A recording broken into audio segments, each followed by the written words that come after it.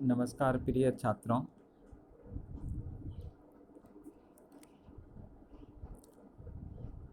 आज हम electrical machine second code EE 306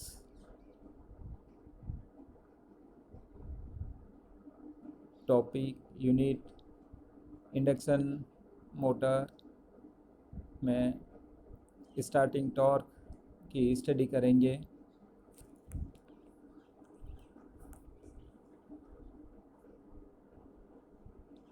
starting torque यानी प्रारंभन बल गुण। Starting torque, the torque developed by the motor at the instant of starting is called starting torque. In some cases it is greater than the normal running torque, whereas in some other cases it is somewhat less.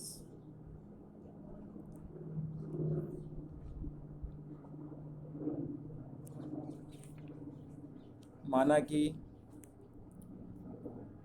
E2 rotor EMF per phase at standstill, R2 rotor resistance per phase, X2 rotor reactance per phase at standstill, Z2 equal to under root R2 square plus X2 square, rotor impedance per phase at standstill, then current I2 equal to E2 upon Z2 equal to E2 upon under root R2 square plus X2 square। Z2 की value put की हैं। Rotor power factor cos phi 2 equal to rotor resistance per phase R2 upon rotor impedance per phase at standstill Z2 equal to Z2 की value रखने पर R2 upon under root R2 square plus X2 square.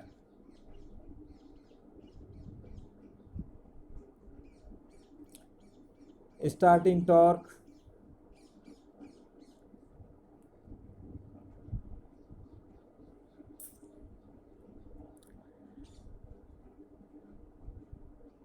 TS proportional to rotor current, magnetic field flux phi cos phi 2 और starting torque proportional to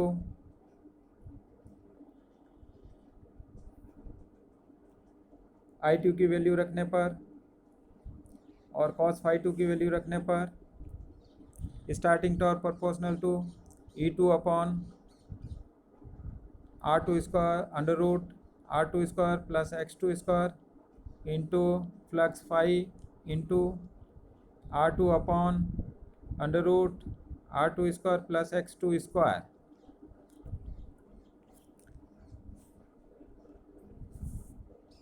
और starting torque proportional to R2 E2 flux phi upon R2 square plus X2 square. हम जानते हैं कि flux phi proportional to E2 होता है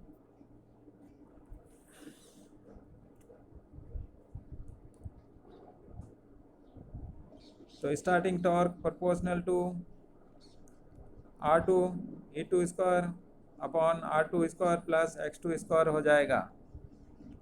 starting torque equal to K, जहाँ K constant है, R2 E2 square upon R2 square plus X2 square होगा।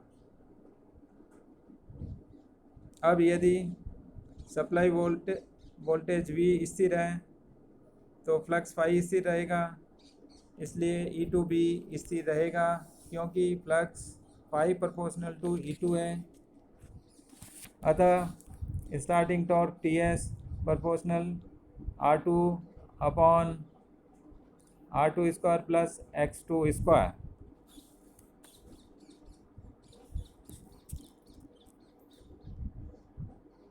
और starting torque equal to constant K1 R2 upon R2 square plus X2 square होगा।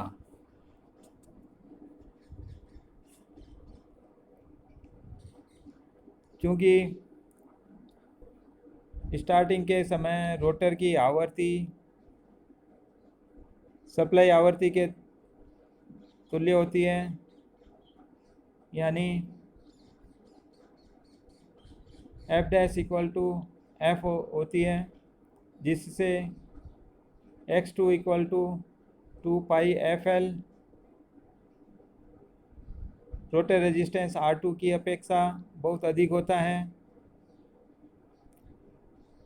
इसलिए rotor current I2 rotor विद्युत वाहक बल E2 से काफ़ी बड़े कोण से लैग होती हैं और पावर फैक्टर बहुत कम, लगभग 0.2 होता है, जिससे स्टार्टिंग टॉर्क का मान घट जाता है।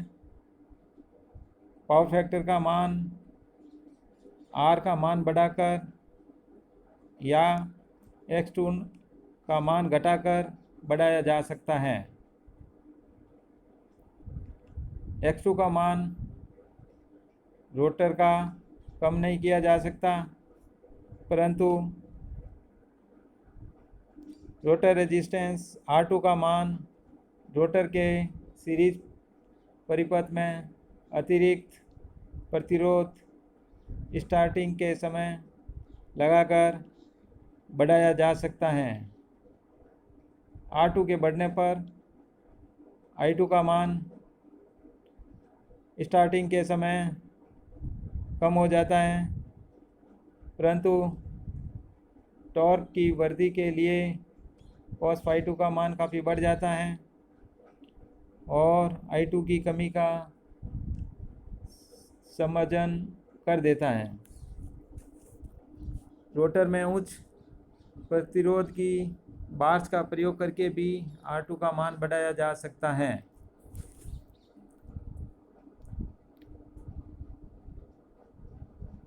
रोटर के उच्च प्रतिरोध से मोटर का स्टार्टिंग टॉर्क तो उच्च हो जाता है, परंतु असामान्य गति पर मोटर की दक्षता घट जाती है।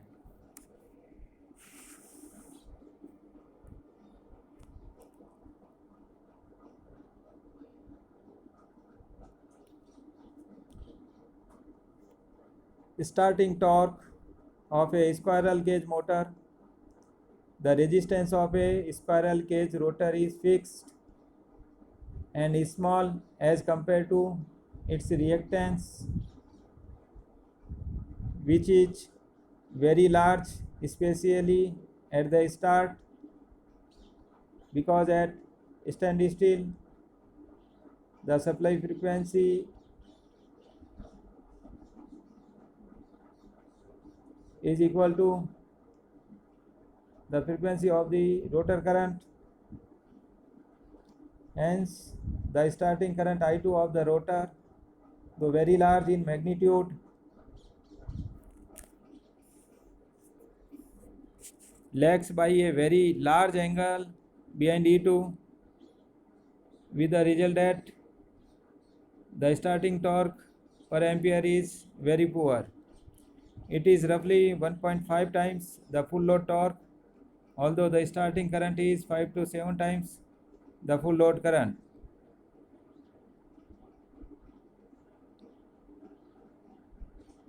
Hence, such motor are not useful where the motor has to start against heavy loads.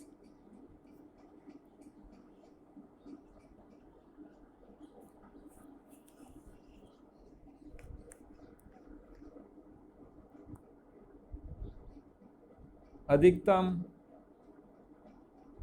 Starting torque के लिए शर्त, condition for maximum starting torque, क्योंकि starting torque T S equal to constant K E two square R two upon R two square plus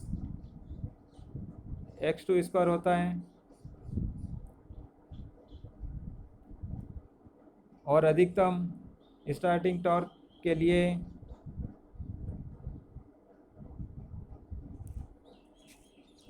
derivative of starting torque with respect to rotor resistance यानी D T S upon D R two equal to 0 करने पर, यानी कि starting torque का differentiation with respect to rotor resistance करके 0 के equate करते हैं। इसलिए D upon D R two bracket में टी एस का मान रख देंगे K E two square R two upon R two square plus X two square equal to 0। Differentiation करने पर के ई टू स्क्वायर कॉन्स्टेंट को बाहर रख देंगे, 1 upon R two square plus X two square minus R two into two R two upon R two square plus X two square whole square equal to 0 होगा।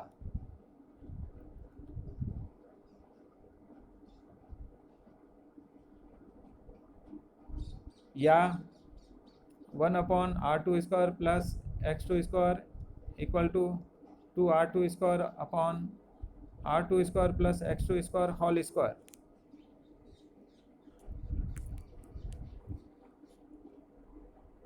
और 2 R two square equal to R two square plus X two square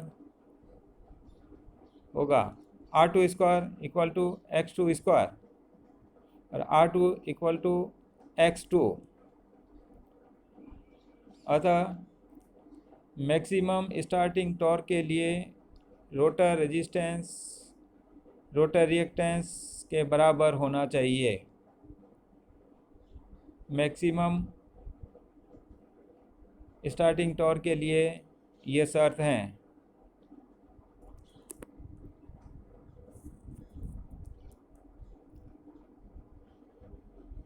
प्रारंभिक बलगुण पर प्रयुक्त वोल्टता के परिवर्तन का प्रभाव, effect of change in supply voltage on starting torque, क्योंकि starting torque proportional to rotor EMF E2 flux phi R2 upon R2 square plus X2 square होता है, और हम जानते हैं E2 प्रोपोर्शनल टू फाई होगा। Starting torque proportional E2 square R2 upon R2 square plus X2 square होगा। परंतु E2 proportional supply voltage V होता है, अतः starting torque TS proportional V square R2 upon R2 square plus X2 square, और starting torque TS proportional V square होगा, क्योंकि R2 upon R2 square plus X2 square एक constant है। अतः starting torque supply voltage के वर्ग के समानुपाती होता है।